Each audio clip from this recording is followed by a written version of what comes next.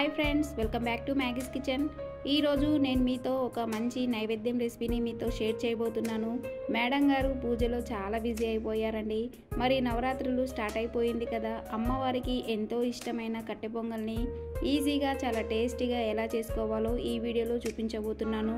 ముందుగా ఇక్కడ ఒక గిన్నెలోకి 1 కప్పు దాకా బియ్యాన్ని తీసుకోండి. కప్పు బియ్యానికి 1/4 కప్పు దాకా పెసరపప్పు అండి. ఈ పెసరపప్పుని డైరెక్ట్గా కాకుండా ఒక 2-3 నిమిషాల పాటు లో ఫ్లేమ్ మీద దోరగా ఫ్రై చేసుకోవాలండి.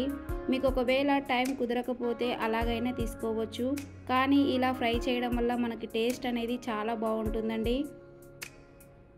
ఇప్పుడు ఈ పప్పును కూడా రైస్లో వేసి ఒక 2-3 సార్లు నీళ్ళతో శుభ్రంగా వాష్ చేసి తీసుకోవాలండి. నేను ఇక్కడ ఈ కట్టె పొంగలి కోసం ఇక్కడ సోనా మైసూర్ని యూజ్ చేస్తున్నాను కదండి. ఒకవేళ మీకు అందుబాటులో రేషన్ బియ్యం ఉంటే అదైనా యూజ్ చేసుకోవచ్చండి. అదైతే ఇంకా టేస్ట్ చాలా బాగుంటుంది. ప్రజెంట్ నాకు దగ్గర అవైలబుల్లో లేదు కాబట్టి నేను వాడడం లేదు. చూడండి, ఇలా 2-3 సార్లు శుభ్రంగా వాష్ చేసుకున్న తర్వాత ఇప్పుడు ఇందులోకే నీళ్లను పోసి ఒక అరగంట లేదా 20 నిమిషాల పాటు మూత పెట్టి పక్కన ఉంచండి. మీకు ఒకవేళ టైం లేకపోతే డైరెక్ట్గా కూడా చేసుకోవచ్చు.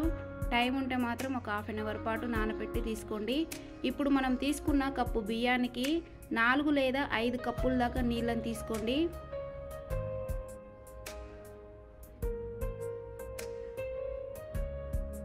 నేను ఇక్కడ 4 కప్పుల దాకా నీళ్ళు తీసుకున్నానండి. ఇప్పుడు ఇందులోకి ఒక 1 టేబుల్ స్పూన్ సాల్ట్ వేసుకోండి. చూడండి, నేను ఇక్కడ 20 మినిట్స్ తర్వాత చూపిస్తున్నాను. ఇప్పుడు ఇలా నీళ్లు మరగడం స్టార్ట్ అయినాక ఇప్పుడు నీళ్లు మొత్తం వంపేసుకొని రైస్ని ఈ నీళ్ళలో వేసేసుకోండి.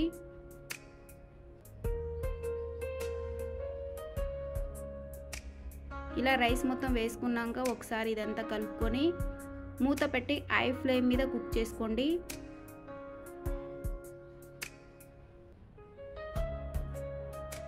మీరు కావాలంటే ఈ రైస్ని కుక్కర్లో కూడా ఉడికించుకోవచ్చండి, కానీ కుక్కర్లో కంటే ఇలా డైరెక్ట్గా గిన్నెలో కుక్ చేయడం వల్ల మనకి పొంగలి టేస్ట్ అనేది చాలా బాగా కుదురుతుంది. ఇలా మధ్య మధ్యలో కలుపుకుంటూ రైస్ని సాఫ్ట్గా ఉడికించుకోవాలి. ఇలా మూత మొత్తం కాకుండా ఇలా సగం వరకు కవర్ చేసి ఉడికించుకోండి, లేదంటే పొంగిపోతుంది.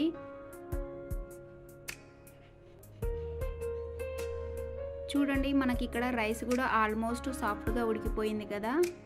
ఇప్పుడు ఇదంతా ఒకసారి బాగా కలుపుకుంటూ గరిటెతోటే ఇలా మెత్తగా మ్యాష్ చేయండి రైస్ని. ఇలా అంచుల వెంబటి తీసుకెళ్ళి రైస్ని కొంచెం సాఫ్ట్గా మ్యాష్ చేయండి. లేదా మీ దగ్గర పప్పు గుత్తితో కానీ లేదా మ్యాషర్తో కానీ కొంచెం లైట్గా ప్రెస్ చేస్తూ ఈ రైస్ని కొంచెం పలుకులుగా తగిలేటట్టు మ్యాష్ చేసుకోండి, మరింత ఈజీగా ఉంటుంది.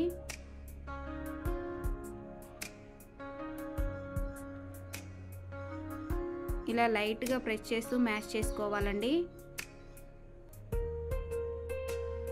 ఇలా మ్యాషర్తో ఇదంతా మ్యాష్ చేసుకున్న తర్వాత ఇప్పుడు ఇదంతా ఒకసారి గరిటెతోటి కలిపేసుకోండి. చూడండి, మనకి ఇక్కడ పర్ఫెక్ట్గా రెడీ అయిపోయింది. ఇప్పుడు ఫ్లేమ్ని సిమ్లో పెట్టుకొని ఇప్పుడు పోపు కోసం పోపు గరిటె లేదా ఒక గిన్నెలోకి 3 లేదా 4 టేబుల్ స్పూన్ అంతా నెయ్యి తీసుకోండి. నెయ్యి అంత ఇంత అని కాదండి, కాస్త ఎక్కువగానే పడుతుంది. మనకి నెయ్యి ఫ్లేవర్ అనేది పొంగలిలో చాలా బాగుంటుంది. ఒకవేళ మీరు నెయ్యి ఇష్టపడని వాళ్ళైతే నెయ్యి ప్లేస్లో ఆయిల్ కూడా యూజ్ చేసుకోవచ్చు, కానీ మనం నైవేద్యం రెసిపీ కాబట్టి నెయ్యి వేస్తేనే బాగుంటుందండి. ఇప్పుడు నెయ్యి కాస్త హీట్ అయినాక ఇందులోకి 1 సన్నగా కట్ చేసుకున్న పచ్చిమిర్చి ముక్కల్ని, 1 టేబుల్ స్పూన్ సన్నగా కట్ చేసుకున్న అల్లం ముక్కలు, అలాగే ఒక 7-8 జీడిపప్పు, కొద్దిగా కరివేపాకు కూడా వేసి కలిపేసుకోండి.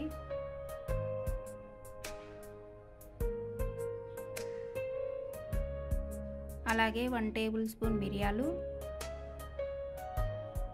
1 టేబుల్ స్పూన్ జీలకర్ర. పోపు కొంచెం మనకి ఇక్కడ ఎర్రగా కాలాలండి. అలాగే ఇప్పుడు ఫైనల్గా ఒక ½ టీ స్పూన్ ఇంగు కూడా వేసి కలిపేసుకోండి. ఇప్పుడు వెంటనే ఈ పోపుని పొంగల్లోకి వేసి మూత కవర్ చేయండి. అప్పుడే మనకు ఆ నెయ్యి ఫ్లేవర్, పోపు ఫ్లేవర్ అంతా రైస్కి పడుతుంది. ఇప్పుడు ఫ్లేమ్ని సిమ్లో పెట్టుకొని ఇదంతా ఒకసారి బాగా కలిపేసుకోండి 1 నిమిషం పాటు. మీకు ఒకవేళ ఉప్పు సరిపోకపోతే అడ్జస్ట్ చేసి వేసుకోవచ్చండి ఈ స్టేజ్లో ఉన్నప్పుడు. చూడండి ఎంత పర్ఫెక్ట్గా రెడీ అయిపోయింది కదా. మనకి ఇంత లూజ్ ఉంటే సరిపోతుందండి, చల్లారితే ఇంకాస్త గట్టిపడుతుంది. అంతే అండి, అమ్మవారికి ఎంతో ఇష్టమైన కమ్మని కట్టె పొంగలి రెడీ అయిపోయింది. ఆరోగ్యానికి కూడా చాలా మంచిదండి, టైం కూడా పెద్దగా పట్టనే పట్టదు, తక్కువ టైంలోనే చేసేయచ్చు. మీరు కూడా ఈ నవరాత్రి స్పెషల్గా ఇంట్లోనే ఓసారి ఇలా తప్పకుండా ట్రై చేసి అమ్మవారికి నైవేద్యంగా సమర్పించండి. మరి ఈ వీడియో కనుక మీకు నచ్చినట్లయితే లైక్ చేయండి, మీ ఫ్రెండ్స్కి మీ రిలేటివ్స్కి షేర్ చేయడం అస్సలు మర్చిపోకండి. మరిన్ని రెసిపీస్ కోసం మన ఛానల్ని సబ్స్క్రైబ్ చేసుకొని పక్కనే ఉన్న బెల్ ఐకాన్ని యాక్టివేట్ చేసుకోండి. అమ్మవారి ఆశీస్సులు మీకు ఎప్పుడూ ఉండాలని మనస్ఫూర్తిగా కోరుకుంటున్నాను. Thank you for watching.